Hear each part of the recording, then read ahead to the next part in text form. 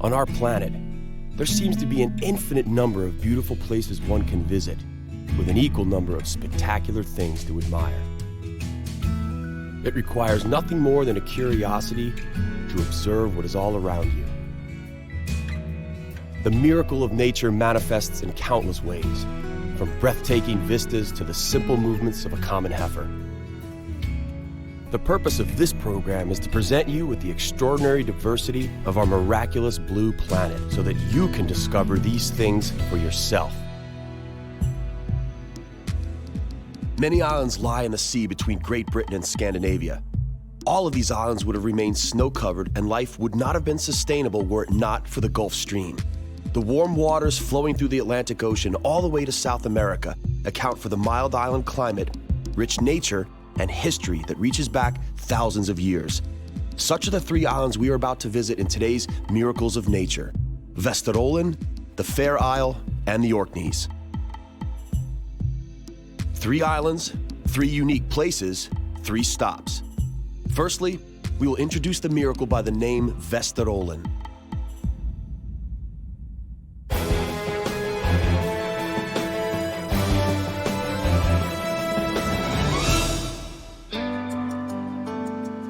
Vesterålen lies to the south of the famous Lofoten Islands and is comprised of many small islands, the largest of which, Hinnøya, at 2,250 square kilometers, is Norway's second largest island. Population on the islands is very sparse, ensuring that the surrounding nature is unspoiled by man, and Vesterålen remains an all-in-one reservation of Nordic nature. The highest mountain, Møysolen, despite its mere 1,262 meters, stands proud and tall above a fishing village and can be seen from the seaside. From its peak, one can admire the crystal-clear lakes, lush pastures, and the rugged coast where many different kinds of birds nest. The winter is relatively mild on Vesterålen. Come spring and summertime, the meadows become adorned with colorful flowers. Because Vesterålen lies past the Arctic Circle, visitors can marvel at the magic of the polar day in the summer when the sun never sets below the horizon.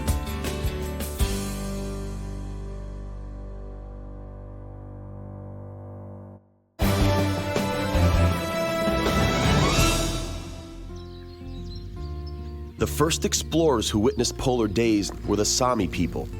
Thousands of years ago, the Sami people were hunters. It's only recently that they turned to agriculture.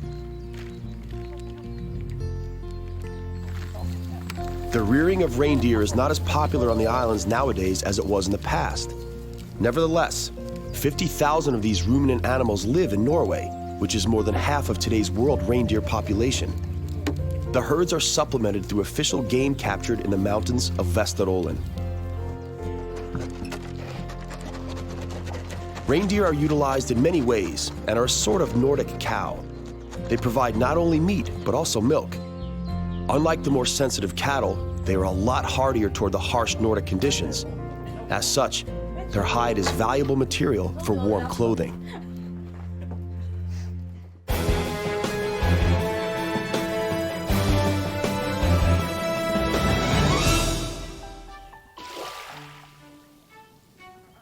At first glance, it may seem as if we were transported to a forgotten Caribbean island with sandy beaches and a turquoise blue sea. On the contrary, we are still in Vesterålen, experiencing the fairer aspect of the otherwise rough Nordic landscape. The unspoiled coastline attracts many migratory as well as resident birds that nest in the high cliffs above the sea. The sea eagle in particular reaches giant dimensions with its wingspan of 2.5 meters, making it Europe's largest bird of prey.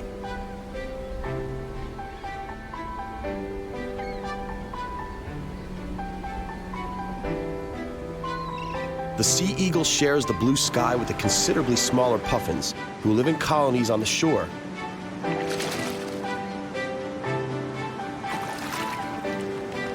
Puffins are deceiving for their size.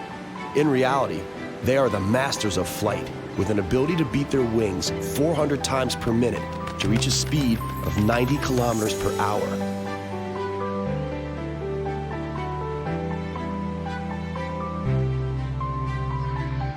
Vesterålen is a true paradise for birdwatchers. All one needs to do is stand still and take in the fulmars, puffins, gannets, or attempt to spot the 4 different kinds of skua.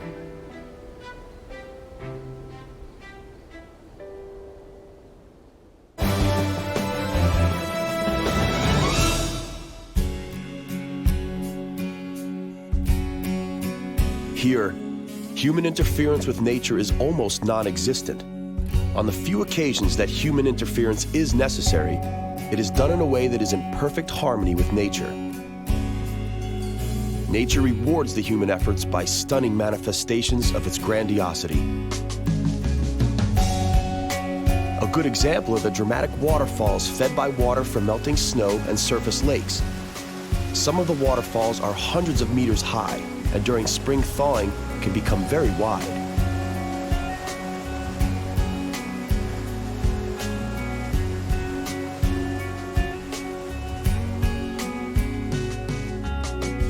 Water in particular is a fitting symbol.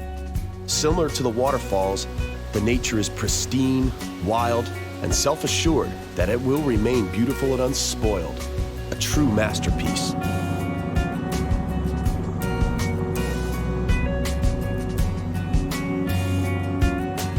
The trademark of Vesterålen is the contrast of roughness and serenity. On the one hand, you may wander along hundreds of kilometers of trekking paths through a landscape dominated by calm lakes and lush meadows. On the other hand, one can watch in awe as the water rushes madly over jutting rocks, or let oneself be stunned by the enchanting beauty of Nordic fjords.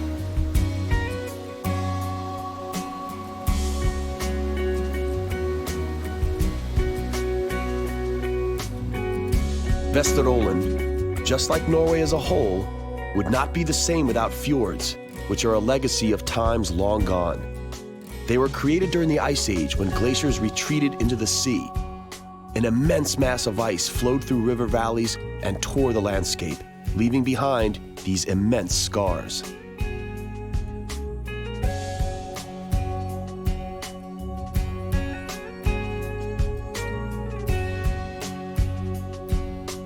The sun sets above Vesterålen, letting us know that it's time to move on a few hundred kilometers to Great Britain's most isolated island, the Fair Isle.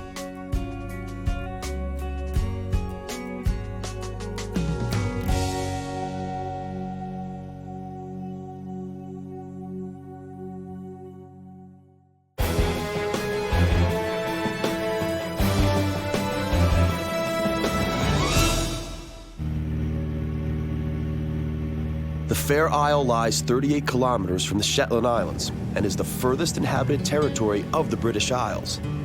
It would seem that its surface area of 768 hectares does not make it a place where people would willingly settle. Even so, the island was first inhabited in the New Stone Age and has remained populated ever since. The Gulf Stream ensures that winter temperatures don't fall below 5 degrees Celsius and that the summertime average is a pleasant 20 degrees. Today, there are 80 regular inhabitants on the island who work mostly in agriculture. Old Vikings used to call it the Sheep Island. The current name, Fair Isle, is derived from the fact that it's an exceptionally quiet and peaceful island and a significant place to Scottish historians and ecologists. As such, it is under the protection of the National Trust of Scotland, a charity organization which leases land to the inhabitants and thus safeguards the environment. Anyone who is granted a permit to stay must deal with the isolation and with the unbridled sea all around, assaulting the coastline day and night. Those who stay are generously rewarded by nature. A living spectacle unfolds both in the sky and in the many bays.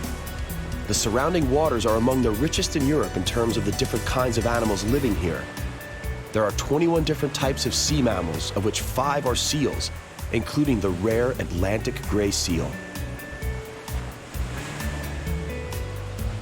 Fair Isle is a haven for seal families.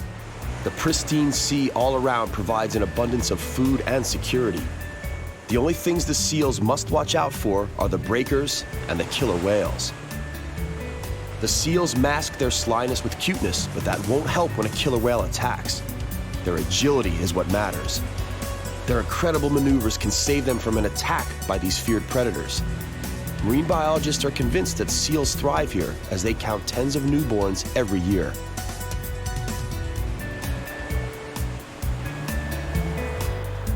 The Southern Lighthouse was the last electrified lighthouse in Scotland in 1998.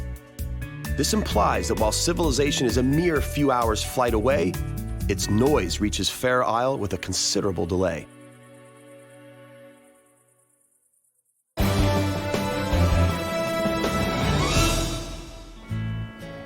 Sheep farming has been, and still is, the most important trade for most of the islanders.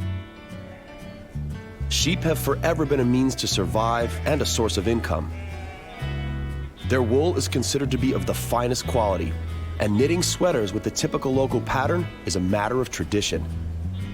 It is almost as well known as local mutton. The mystery of superb wool and delicious mutton from Fair Isle is easily solved.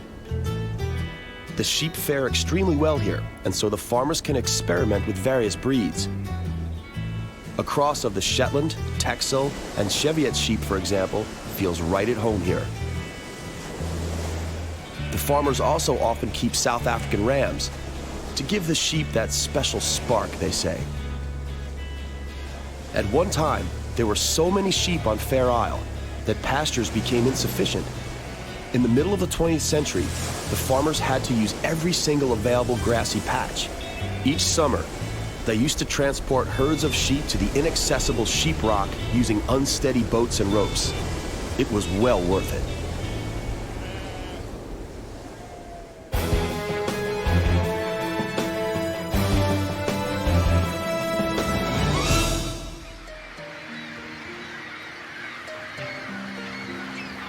On Fair Isle, fauna is manifested in the sea, on land, and in the air. Due to its suitable position, the island becomes a resting station for thousands of migratory birds each year. As such, Fair Isle is the perfect bird watcher's site.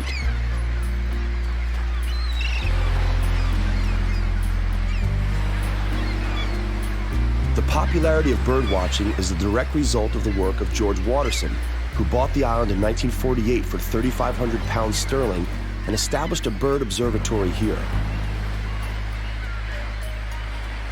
He thus combined the scientifically beneficial observation of the behavior of migratory birds with securing the future of the islanders. The island was decimated by the Second World War, and had it not been for Waterson's station, the Fair Isle may have long been forgotten.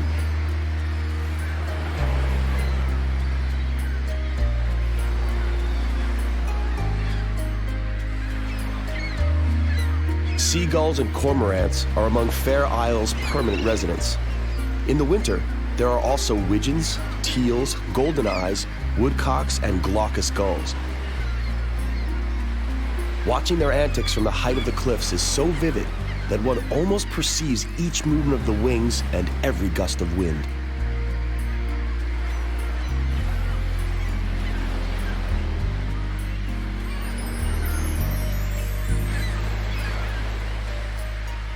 The place becomes a true birdwatcher's paradise with the onset of the main migratory season in the summertime, when gigantic flocks of puffins and other birds arrive. George Waterson did something unprecedented for the island, and his followers strive to fulfill his legacy.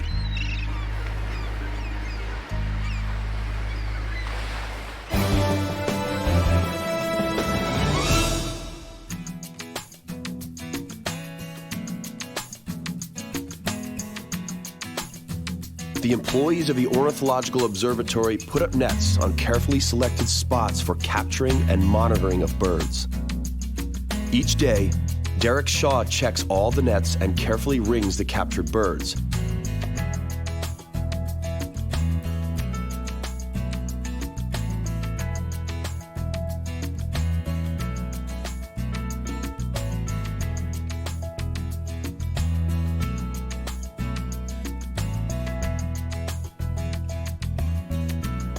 Through his work, he not only fills in the blanks with scientific facts about the routes of the migratory birds, but also monitors the numbers of the Fair Isle wren that are endemic here.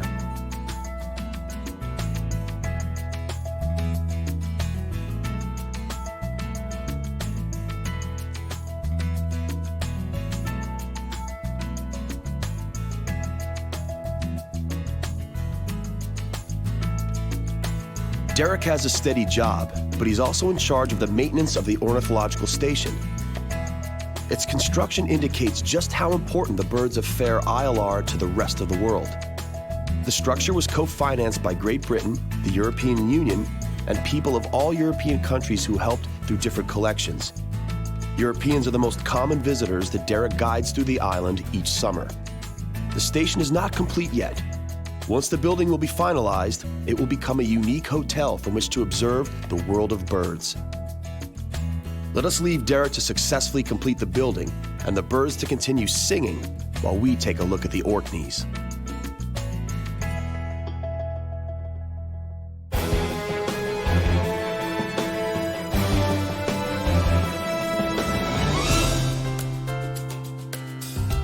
The 70 islands belonging to the Orkney archipelago near Great Britain are split into 3 groups: the mainland and the northern and southern islands. The Orkneys are under British administration now, but it hasn't always been so. History has been unfolding here for the past 4,000 years, ever since the first settlers arrived. The proof lies in the Neolithic monument called Skara Brae. The Stone Age village is one of the best preserved settlements of its kind in Europe.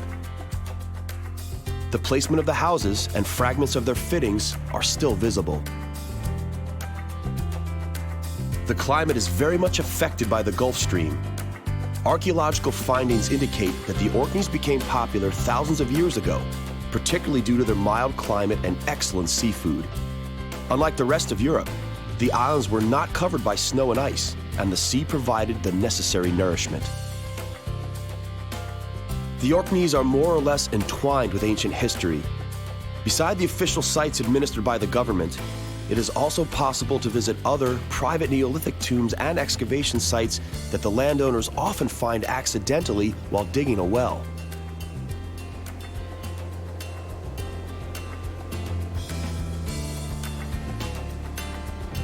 The peaceful seaside meadows are known for their colorful flowers, such as sea asters, sea squills, and the Scottish primrose, which are endemic to the Orkneys. The Orkneys witnessed a turbulent past not only in ancient history. The Royal British Navy had a strategically important base in Scapa Flow Bay.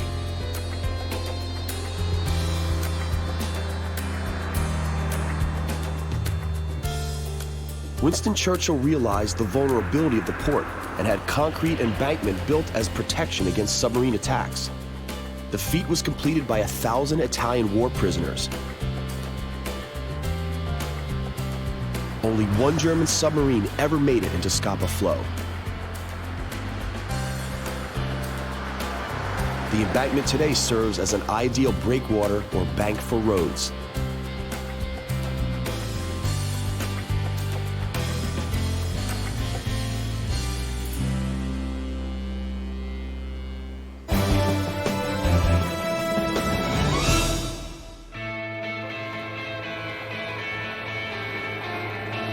Vikings also used the 300 square kilometers of Scapa Flow as a port. The average depth of just 30 meters makes it a calm bay ideal as a source of seafood.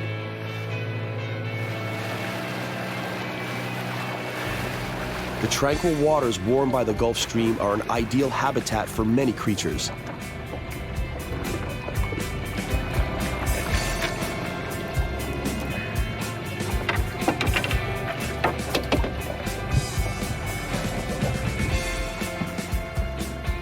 The favorite local delicacy is the brown crab. The adult brown crab may reach 25 centimeters in diameter and weigh up to 3 kilos. Each winter, the female crab lays between 250,000 to 3 million eggs. The males grow at a rate of 1 centimeter per year in the first 8 years of their life. The growth then slows down to some 2 millimeters per year. The females grow at half that rate.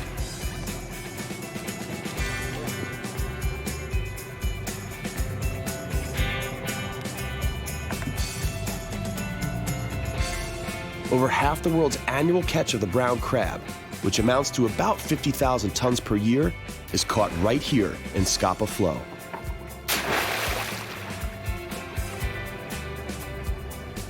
People are not the only ones that indulge in the succulent crab delicacy. The seal population is just as fond of it.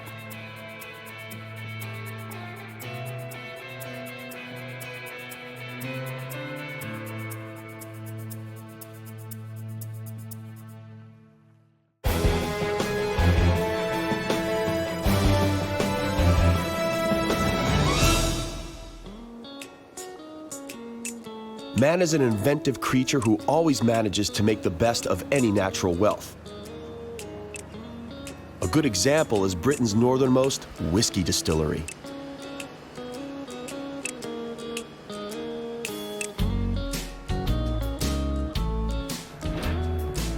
The typically strong, smoky taste of the local single malt is acquired by processing wheat, which is heated up on grates fueled by turf. The wheat is left to ferment and then is distilled twice. Afterwards, it's left to mature for a minimum of 12 years in oak casks that were once used for sherry. The distillate thus acquires its special taste and color.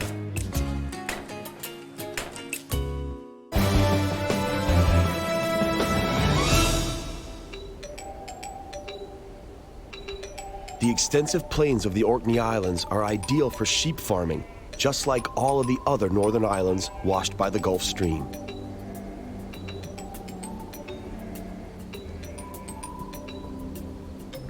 The sheep here have an unusual dark shade of wool and a very distinctive taste to their meat. This is because they feed on grass and also on sea kelp washed up on the shore during low tide.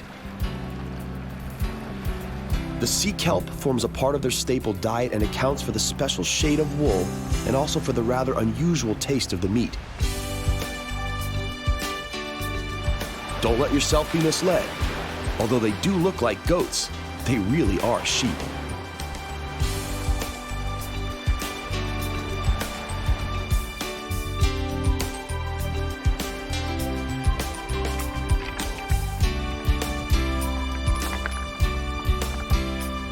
The close-knit contact with nature and the abundance of seals in the surrounding waters give rise to legends of the seal people. In local mythology, the seals can turn into beautiful people and can be helpful to humans. The polluted waters and the sometimes forgotten fishing nets can hurt the seals, and so the people of the Orkneys actively look after their well-being in an attempt to preserve them for generations to come.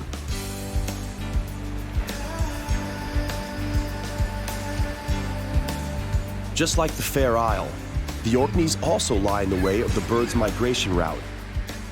Visitors benefit from a perfectly balanced experience of natural wealth and a long and rich history. The islands haven't changed much since times long past, and so offer the same fauna and flora that was admired by the ancient Orkney inhabitants, the Vikings, as well as the officers of the Royal Navy. The sun sets above the islands, above the Orkneys, Vesterålen, as well as the Fair Isle. All of these locations introduced in today's episode prove that there is no shortage of fascinating nature and dramatic scenery in the northern latitudes. The murky sea may at times assault the high cliffs, and the wind blows madly over the open plains, but the islands remain spared from the frosty fingers of the Arctic climate, and so people, as well as animals, thrive here. This is a miracle of nature that we strive to bring closer to you in this program. Miracles are often associated with fairy tales, but we are on a quest to prove that anyone can experience miracles in real life. Our journey to the miraculous nooks of our planet comes to an end for now. On the next exploration of our compelling and bountiful planet Earth, we shall wander into Africa, particularly to Zimbabwe, where in Matabeleland we'll encounter the beauty of typically African animals. On the Zambezi River, at the borderline with Zambia, there are breathtaking waterfalls in store for us. That's all right here on Miracles of Nature. We hope you'll join us.